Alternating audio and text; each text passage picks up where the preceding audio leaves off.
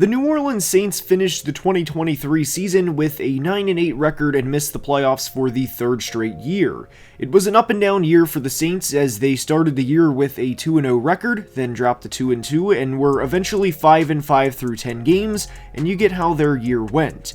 They had some high moments throughout the season, such as a 34-0 shutout win in New England in which they allowed just 8 first downs while forcing 3 turnovers, and like the Week 8 win over the Colts in which they had one of the best offensive performances of not just their season, but of anybody throughout the entire 2023 season.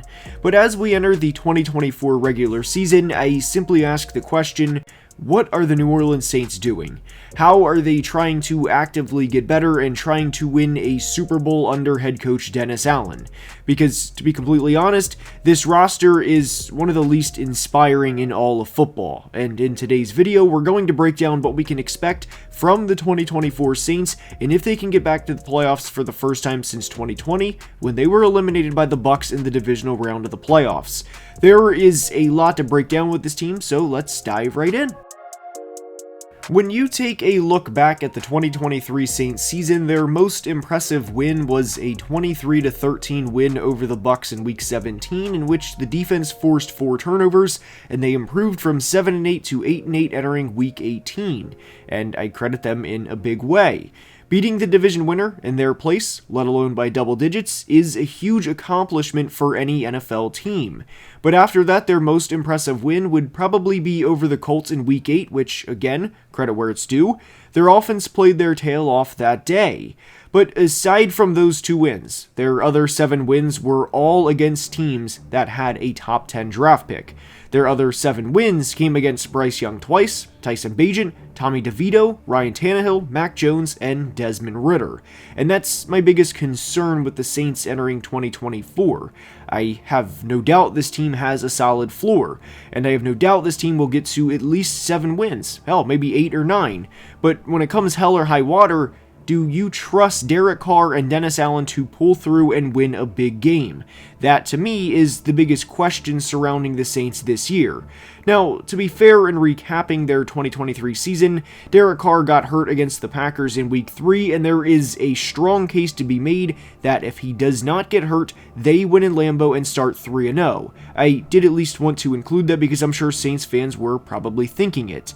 Now, to break down their free agency period and what they did before the draft, well, there's not a lot to write home about.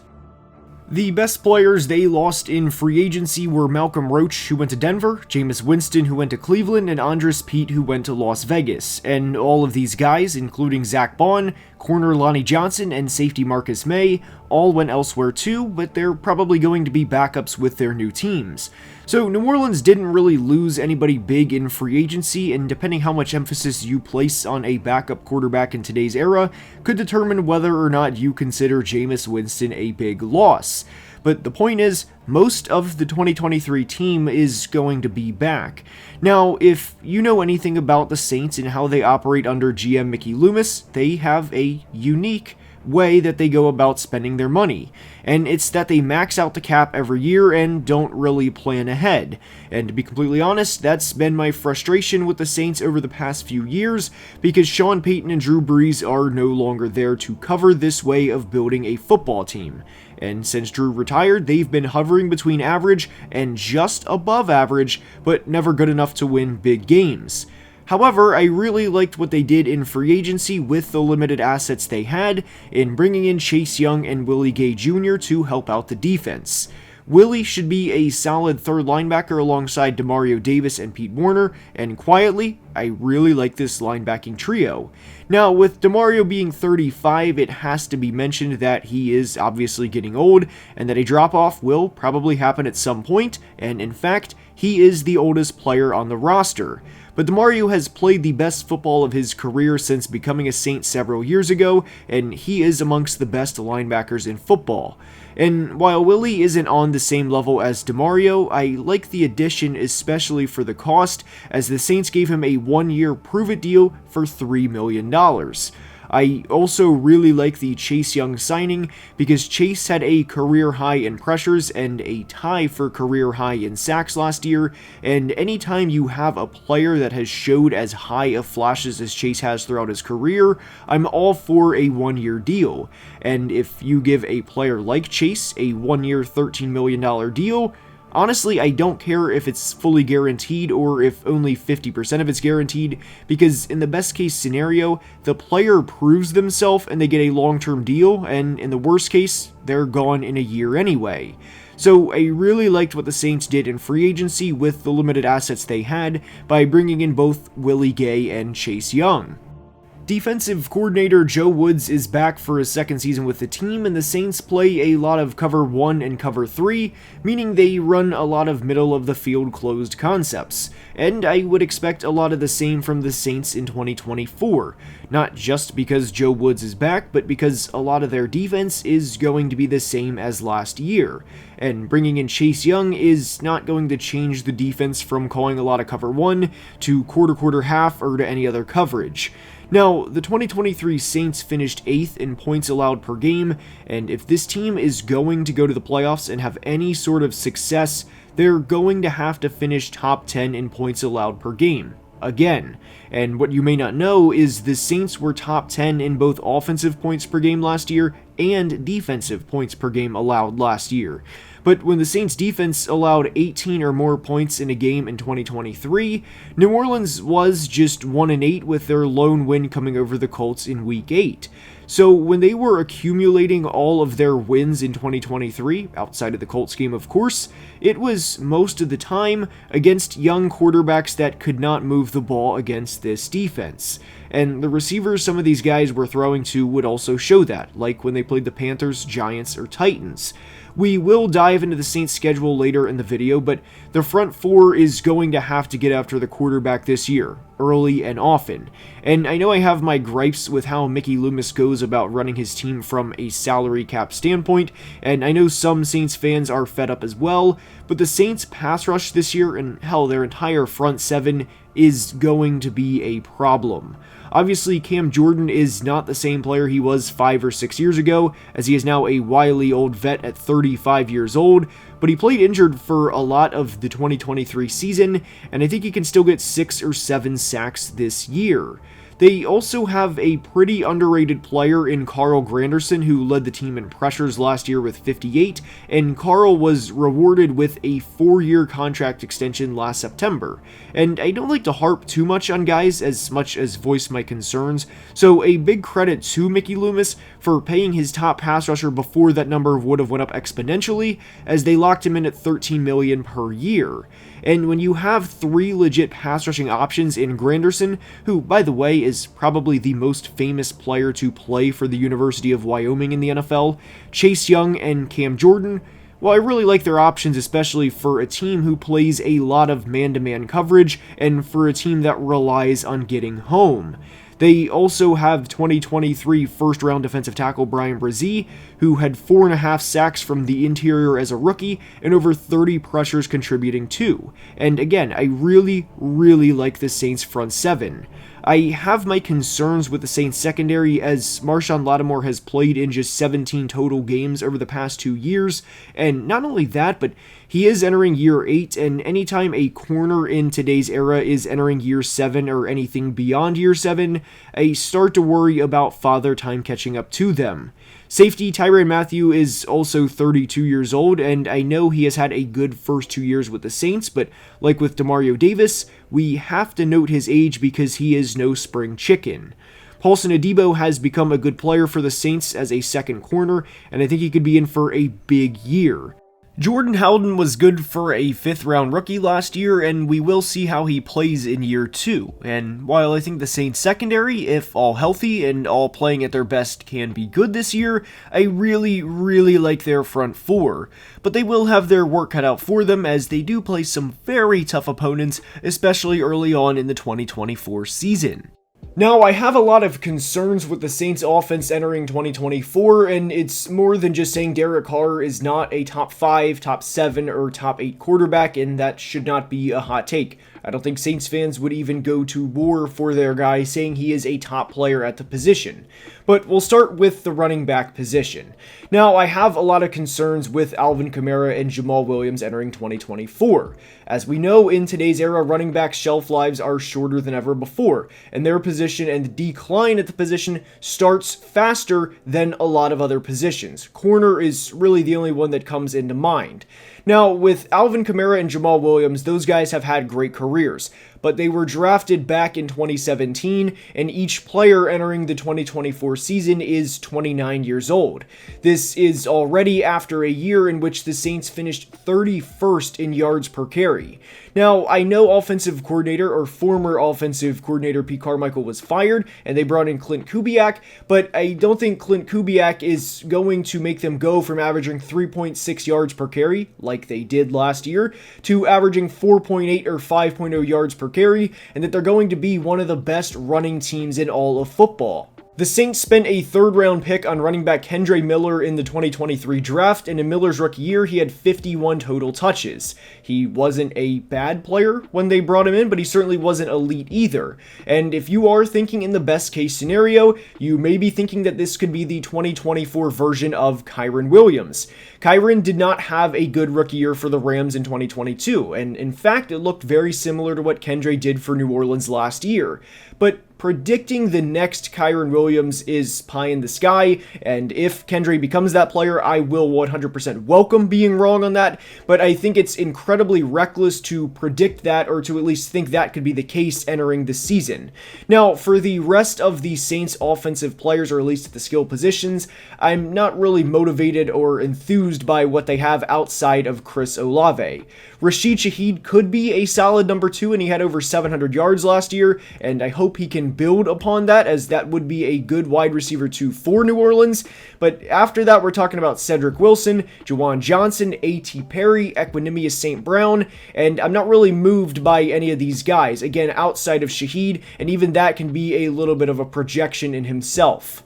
I don't think the Saints offensive line is one of the better units in football entering 2024, although, again, I do credit Mickey Loomis for not doubling down on the Trevor Penning selection and saying, hey, Trevor, we know you struggled in 2023, but we're going to throw you out there at left tackle again in 2024 just to see if we have something in our former first-round pick.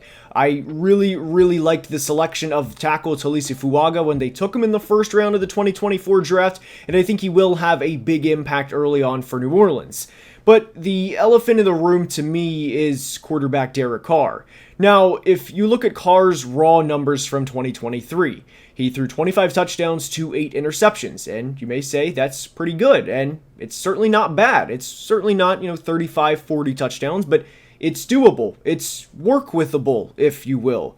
But Derek Carr threw 13 touchdowns to just 7 interceptions and averaged 221 yards per game through the first 13 games of the 2023 season. I've spoken with several Saints fans, at least I did throughout the season last year, and there were times where they wanted Jameis Winston to play over Carr because they know Jameis would bring a spark to the offense that Carr simply didn't have.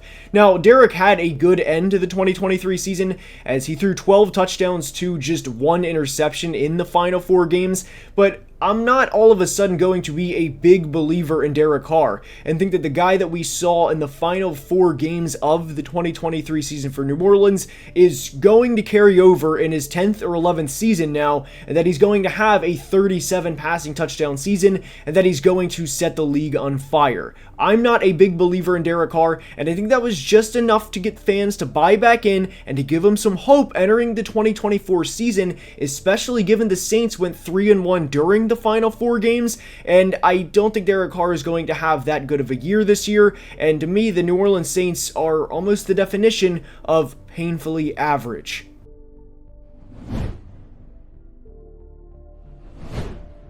The Saints should have pretty substantial rookie impact, especially from their first-round pick, Talisi Fuaga. Whether they play him at left tackle or right tackle, to me, is irrelevant, as I think he's athletic enough to make the transition over to left tackle, and if, in the scenario, Ryan Ramczyk has played his last snap as a New Orleans Saint, than we saw the player Fuaga was on film during his time with Oregon State last year, and I think he will be able to not only make the transition from collegiate level to the NFL level, but I think he will do a fine job, and I think the Saints have a long-term starter in Fuaga. I also think they more than righted their wrong with the Trevor Penning selection a few years ago.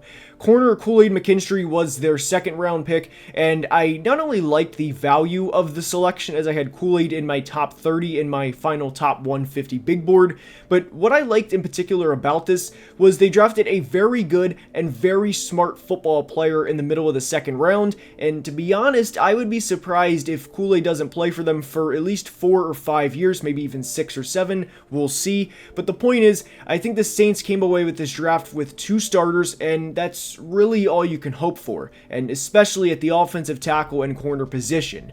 How will Kool-Aid do in his rookie year is something I'm very interested to see, because as we know, corners get tested not just week in and week out, but every single play in and play out. But the point is, I think they will have 2 long-term starters in Fuaga and McKinstry. They did not pick again until they selected quarterback Spencer Rattler in the 5th round, and on the podcast we've discussed the possibility of Spencer Rattler coming in late in the year if in the scenario Derek Carr doesn't play well like he did for most of the 2023 season. I think Rattler is definitely more of a developmental selection, as there was a reason the quarterback 6 and quarterback 7 was over a 100 spot difference, as quarterback 6 was Bo Nix and quarterback 7 was Spencer Rattler. One of my favorite picks in the 2024 draft, not just for the Saints, but of anybody, especially on day 3 and in terms of value, was the selection of defensive tackle Christian Boyd. I would have been fine if any team took Christian Boyd in the early part of the 4th round, yet they got him on late day 3. Now, how much will he contribute in year 1? To be honest, I don't know the answer to that, and I wouldn't expect anything substantial from Christian Boyd, but I do like the possibility of Brian Brzee and Christian Boyd moving forward. The bottom line for the Saints 2024 class is I think they have 2 long-term starters with a lot more potential throughout the later rounds. Now, for the Saints 2024 schedule, aside from the Week 1 game against Carolina at home, in which I think they will win, Weeks 2 through 5 is brutal for New Orleans, and I think a 1-4 start is very possible for them, because after the Carolina game in Week 1, they go to Dallas, then come home to play Philly, then go to Atlanta, and then go to Kansas City on Monday night. And the worst part about that Kansas City game on Monday night, aside from losing a day of rest, recovery, and game planning, is they come home in Week 6 to play a division opponent in a game that's going to mean a lot more with the Bucs than people may think. That Week 6 game could potentially determine a 7th playoff spot in the NFC. What also makes matters worse for New Orleans is the Falcons have an easier schedule, and we discussed this in the Falcons team breakdown, if you want to go check that out after the end of this video. But in weeks 16 through 18 for the Saints, they go to Green Bay on Monday night, then come home to play the Raiders in week 17, then go to Tampa Bay in week 18. And in the NFC, while the quarterback play isn't as loaded as the AFC, there's going to be a lot of teams contending for spots 5 through 7, and as I said in the Falcons video, I do think Atlanta will win the division, and their schedule is a lot easier than New Orleans. They don't have to go to Kansas City. They don't have to play other teams that New Orleans has to play, which, again, makes Atlanta's schedule easier. This was already with a team in 2023 for New Orleans, by the way, that had a plus 11 turnover margin, and a team that finished top 10 in both points per game and points allowed per game last year, and they still didn't make the playoffs. So, to be completely honest, I think the Saints' ceiling is a wild card exit, and that would be as a wild card team, as I don't think the Saints are going to win the division. They didn't last year, and they had a lot of things going for them. I also think there is a possibility this team starts out 1-4, and when you are battling uphill from 1-4, it's always going to be tough sledding. I think the Saints will finish anywhere from 7-10 to 9-8, but again, with the maximum, a wild card playoff loss. I hope you enjoyed today's video, and if you did, please like and subscribe, as only about 38% of people watching are subscribed, and it helps the channel tremendously. Until next time, please be safe and have a great day. Love you guys.